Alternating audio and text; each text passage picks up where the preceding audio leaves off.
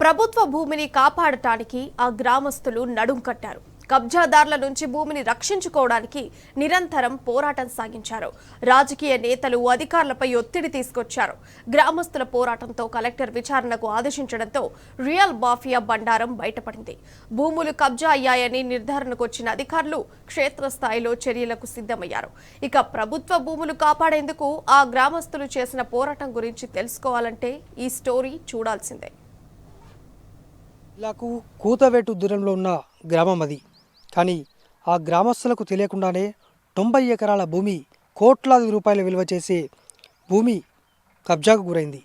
గ్రామస్తులంతా ఏకమయ్యారు. తమ భూమి ప్రభుత్వ భూమి ఎలా కబ్జా గురైందో విచారించండి అంటూ కలెక్టర్ అధికారుల చుట్టూ తిరిగారు. ఫలితంగా 90 ఎకరాల భూమి వెలుగులోకి వచ్చింది. మరి ఆ గ్రామం ఎక్కడ ఉంది? ఒకసారి గ్రామానికి వెళ్దాం, ఏం జరుగుతుందో చూద్దాం.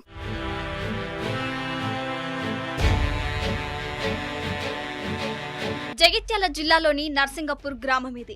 పచ్చని పంట పొలాలతో కలకలలాడే గ్రామంపై రియల్ మాఫియా కన్నుపడింది.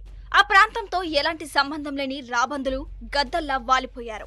గ్రామ శివారులోని ప్రభుత్వ భూములపై కన్నేసిన కబ్జారాయిళ్లు అక్రమంగా 90 ఎకరాల భూమిని పట్టా చేసుకున్నారు. ప్రభుత్వ భూములపై కన్నేసిన రియల్ మాఫియా ఏడాపెడా కబ్జా చేసేయడంతో ఆ గ్రామం రూపురేఖలే మారిపోయాయి. అక్రమంగా దక్కించుకున్న భూముల్లో సొంతంగా వ్యాపారాలు ప్రారంభించారు. మరికొందరు లీజు అద్దెకు ఇచ్చుకొని నెల నెలా లక్షలు వసూలు చేసుకుంటున్నారు.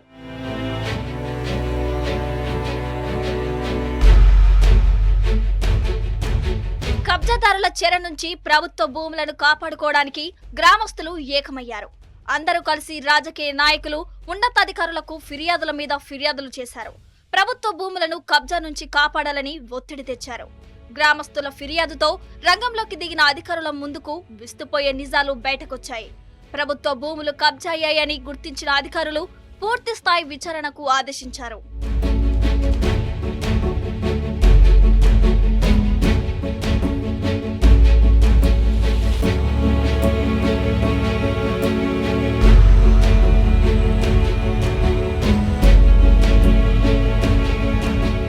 కబ్జాను సీరియస్ గా తీసుకున్న కలెక్టర్ సత్యప్రసాద్ జగిత్యాల రూరల్ మండలం ఎంఆర్ఓను విచారణకు ఆదేశించారు. మొత్తం సర్వే నిర్వహించగా దాదాపు 15 మంది జగిత్యాల జిల్లా కేంద్రానికి చెందిన వాళ్ళు సర్వే నెంబర్ 437, 251లోని భూములను కబ్జా చేసినట్టు బయటపడింది. మొత్తం 90 ఎకరాల భూమిని కబ్జా చేసి సొంత అవసరాలకు వాడుకుంటున్నారని ధరణిలో సైతం నమోదు చేసుకున్నారని గుర్తించారు. కబ్జాకు గురైన భూముల విలువ మార్కెట్ ప్రకారం కోట్లలో ఉండటం విశేషం.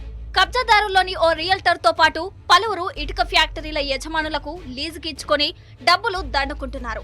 మరికొంతమంది తమ కుటుంబీకులు బినామీల పేర్ల మీద భూమిని బదలాయించారు. కొందరు బినామీలు పైసలిస్తే సంతకం పెట్టమంటే పెట్టమని చెబుతుండటం, వాళ్లకు తమ పేరు మీద భూమి ఉన్న విషయం కూడా తెలియదని చెప్పటం గమనార్హం. కాసరకున్న భూమి ఎగోల దగ్గర ఉన్నాడో ఆ భూమి పేపర్ చూసుకొని ఎంఆర్ ఆఫీస్లో ఎన్ని ఏళ్ళ నుంచి పానీలో 22 ఏళ్ళ నుంచి ఆయన పానీలు ఉన్నాడు. ఆయన పాస్బుక్లు తీసుకొని అగ్రిమెంట్ చేసుకొని మేము ఇటుక బట్టలు పెట్టుకొని ఎన్ఓసి గ్రామ పంచాయతీ నుంచి ఎన్ఓసి తీసుకున్నాం. మేము 10 ఏళ్ళు తీసుకున్నాం. భో వెంకటేశ్వర్లు ఆయన మొత్తం వాళ్ళ కంపెనీ దగ్గర ఒక భో వెంకటేశ్వర్ మనకు అగ్రిమెంట్ రాసి ఇచ్చిండు. అలా 8 మంది ఆయన అండర్వర్లో ఉంటారు, మనకు తెలియదు. ఆయన ఒక్కంతో మనం అగ్రిమెంట్ రాయించుకున్నాం. దాదాపు 13 ఏళ్ల క్రితమే కబ్జాదారులు అప్పటి అధికారులు సిబ్బందితో కలిసి ప్రభుత్వ భూములను పహానీలో రాయించుకున్నట్టు విచారణలో వెల్లడైంది. 80 ఎకరాలను 90 మంది నేరుగా స్వాహా చేయగా మరికొందరు ఇతరుల నుండి కొనుగోలు చేసినట్టు గుర్తించారు. సర్కార్ భూమిలో అక్రమ పట్టా చేయించుకున్న వారిలో బీజేపీ నుండి ఎమ్మెల్యేగా పోటీ చేసిన ఓ నేత, మేనమామ, ఇతర బంధుగణం, అనుచర వర్గం పెద్ద సంఖ్యలో ఉన్నట్లు గుర్తించారు. కబ్జాపై కలెక్టర్ ఆదేశాలతో క్షేత్రస్థాయిలోనూ విచారించిన అధికారులు ఇప్పటికే పలువురికి నోటీసులు ఇచ్చారు. వెంటనే వివరణ ఇవ్వాలని, లేకపోతే క్రిమినల్ చర్యలు తప్పవని హెచ్చరించారు. ఇక్కడ గ్రౌండ్ లెవెల్కి వచ్చిన తర్వాత చూసిన తర్వాత ఏమైందంటే, ఎవరైతే మనం ఆల్రెడీ ఇంతకుముందు అసైన్ చేశామో వాళ్ళు వేరే వాళ్ళకి అమ్ముకోవడం, అదంతా కూడా కొంతమంది దగ్గర చేరి వాళ్ళు ఇటుక బట్టి వ్యాపారం చేయడం, కొంత వేరే వ్యాపారాలు చేయడం అని చూస్తూ ఉన్నాం.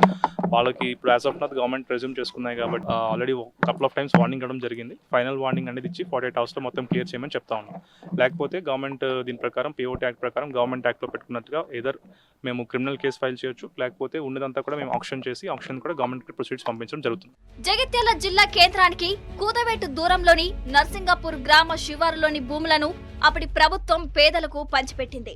సర్వే నెంబర్ 437లో 384 ఎకరాల 20 గుంటలకు గాను దాదాపు 77 ఎకరాల్లో పట్టాలు ఇచ్చింది. అయితే రికార్డుల్లో 387 ఎకరాలకు బదులు కేవలం 221 ఎకరాలు మాత్రమే ఉండటం గమనార్హం.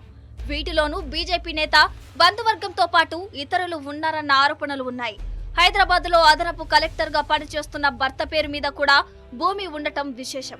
మొత్తం మీద భూ కబ్జాపై అసలు సూత్రధారులు ఎవరు, పాత్రధారులెవరు, సహకారం అందించిన వాళ్ళెవరో తేలాల్సి ఉంది. కోట్ల రూపాయల విలువగల 90 ఎకరాల భూమి కబ్జాకు గురైంది. మరి నరసింగాపూర్ గ్రామస్తులైతే ఆగ్రహాన్ని వ్యక్తం చేస్తున్నారు. ఎమ్మెల్సీ జీవన్ రెడ్డి స్వయంగా ప్రభుత్వానికి లేఖ రాశారు కబ్జా రైళ్లపై చర్యలు కోరుతూ. మరి దీంట్లో కబ్జాకు పాల్పడడం వల్ల రియాల్టర్లు ఉన్నారు, ఇంకా వారి బంధువులు ఉన్నారు, వారి సంబంధికులు ఉన్నారు, ఇలా ఎంతోమంది ఉన్నారు.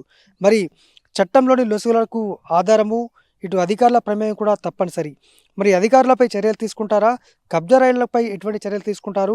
ప్రభుత్వ భూమి స్వాధీనం చేసుకోవడమే కాదు, సహకరించిన వారిపైన, కబ్జాకు పాల్పడ్డ వారిపైన ఎటువంటి చర్యలు తీసుకుంటారో చూడాల్సి ఉంది. మరి ఇంకా ఎక్కడెక్కడ ప్రభుత్వ భూములు కబ్జాకు పాల్పడ్డారో వారందరిపైన కూడా చర్యలు తీసుకోవాలని ప్రజలైతే కోరుతున్నారు.